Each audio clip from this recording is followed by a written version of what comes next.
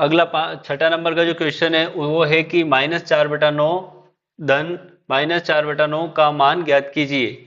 यानी इनका मान ज्ञात करना है। देखिए, जब भी हम सवाल करते हैं ना, तो सवाल करने से पहले हमें जो हल है, हल लिखना जरूरी है। हल लिखोगे ना तो सामने वाले को पता चलेगा कि जो क्वेश्चन है इसको हम हल कर रहे हैं, सॉल्व कर रहे हैं इसको।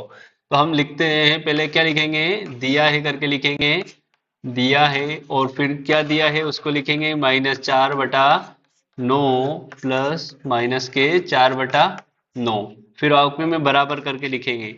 अगर बराबर इधर है तो फिर इधर लगाने की जरूरत नहीं है, अगर इधर भी नहीं है तो हम इधर को लगा सकते हैं। क्यों? क्योंकि हम किसी भी स्टेप को करते हैं तो बराबर लगाना बहुत जरूरी है।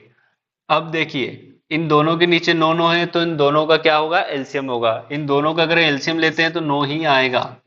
अगर 9 ही एलसीएम आता है तो 9 में 9 का भाग करेंगे तो क्या आएगा, 1 आएगा। और उस 1 का इस -4 में गुणा करेंगे तो ये कि ये ही आएगा, कोई भी इसमें फर्क नहीं पड़ेगा। अब जो दूसरी संख्या है हमारी, वो क्या है, वो भी 9 है, तो 9 में 9 का क्या करेंगे, भाग देंगे, तो क्या आएगा, 1 आएगा। अब उस 1 का -4 के साथ गुणा करेंगे तो -4 ही आएगा।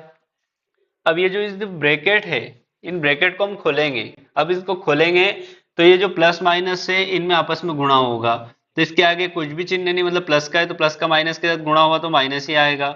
फिर ये प्लस और इस माइनस का गुणा हुआ तो माइनस ही आता है। और नीचे क्या है, 9।